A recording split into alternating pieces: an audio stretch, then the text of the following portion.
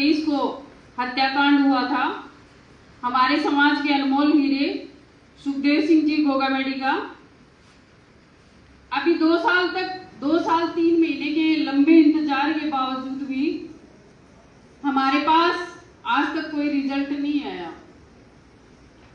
इंतजार तो यही था कि सरकार कहती है कि जब हमारी बीजेपी आ जाएगी तो हम आपको एक अच्छा वातावरण देंगे जिसमें अपराध मुक्त होगा, बहन बेटियों की सुरक्षा होगी। लेकिन जिस दिन सरकार बनने को थी उसी दिन ये हत्या हुई। मुझे नहीं पता इसमें कौन गुनहगार था कौन नहीं था, लेकिन सरकार भी कहीं ना कहीं इसमें लिप्त हो सकती है, कोई बड़ी बात नहीं है। क्योंकि जब भी सरकारें आती हैं तो कोई ना कोई प्रतिष्ठित हमारे समाज का व्यक्ति बलि चढ़ता ही चढ़ता है। काफी सारे उदाहरण आप निकाल करके देख लो, आपको पता चल जाएगा।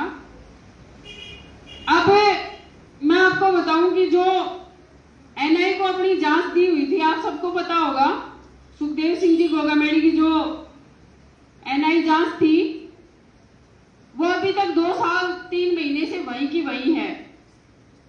जो राजस्थान सरकार द्वारा प्रशासन द्वारा पकड़ के 3-4 अपराधी लाए गए थे, आज तक वही अपराधी उनकी गिरफ्त में है।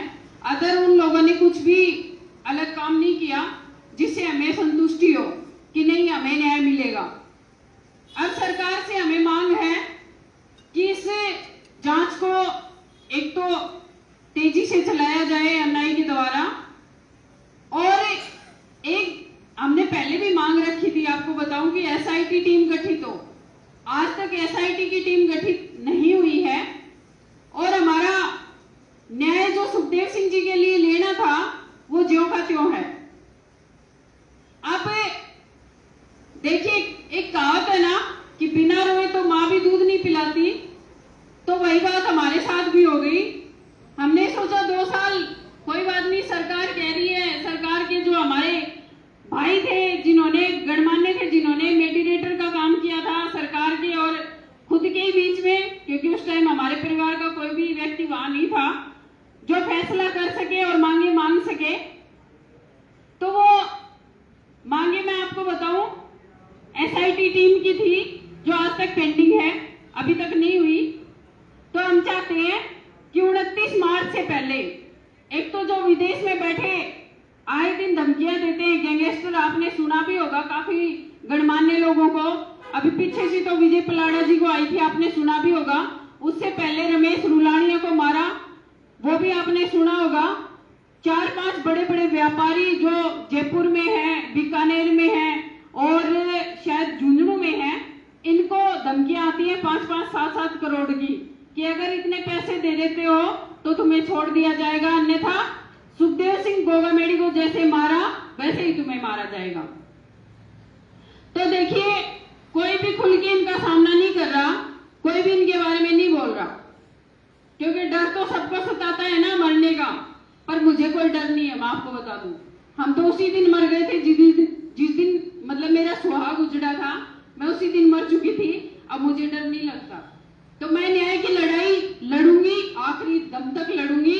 29 मार्च मैंने फाइनल किया है, क्योंकि आज तक सभी लोग कहते थे कि आप न्याय की लड़ाई लड़ नहीं रहे हैं, आप सुखदेव जी के लिए बोल नहीं रहे हैं, आप ये नहीं कर रहे, आप वो नहीं कर रहे।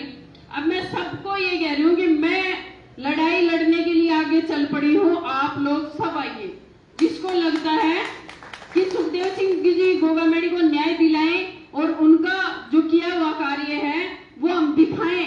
तो मैं कह रही हूँ अब मेरे साथ आओ, कंधे से कंधा मिला करके मेरा साथ दो, क्योंकि ये न्याय की लड़ाई है। आज सुखदेव सिंह गोगामेडी उनके निशाने पे शहीद हुए हैं, कल को पता नहीं कितने लोगों को वो शहीद करेंगे। तो मैं ये कह रही हूँ कि जितनी भी बहनें हैं, जितने भी भाई हैं, माएँ हैं, सबसे पहले तो उनसे ये मेरी अपील रहेगी कि अगर आप अपने घर का चिराग बचाना चाहते हैं, आप अपने बेटे को, अपने पति को, अपने पिता को बचाना चाहते हैं, तो साथ दीजिए। आज मैं खड़ी हूँ, क्या पता कल को कोई लड़ने वाला खड़ा हो या ना हो, क्योंकि जनता भाईचारा नेतृत्व नहीं करता है तो अकेले इंसान नहीं लड़ सकता।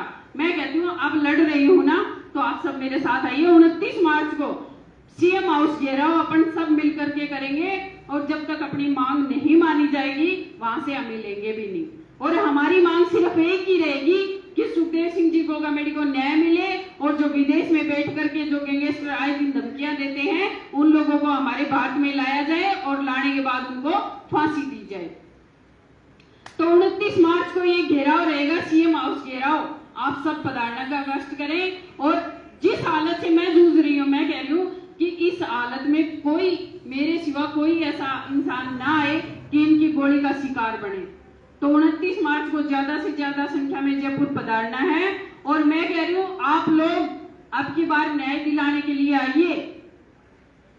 मतलब अगर न्याय दिलाने के लिए आप सब नहीं आएंगे तो मैं ये कहती हूँ कि देखिए मुझे तो मरना ही है, मुझे तो मरना ही है। अगर न्याय नहीं मिला तो मैं वैसे भी वापस नहीं आऊंगी। आप लोग अगर न्याय दिलाने के लिए ना आ सके तो मैं कहती हूँ फिर मेरी अर्थी लेने के लिए जरूर आना, क्योंकि 2 आंसू तो बहाना पड़ता है ना। फिर जो समाज के लिए लड़ता है वैसे भी उसे कुर्बान हमेशा ही होना पड़ता है। तो समाज के लिए कुर्बान हो गए तो कोई फर्क भी नहीं पड़ेगा। ये आप पे डिपेंड है, अब न्याय मिलेगा या मेरी मौत मिलेगी, ये आप पे डिपेंड है। सभी को जय माता।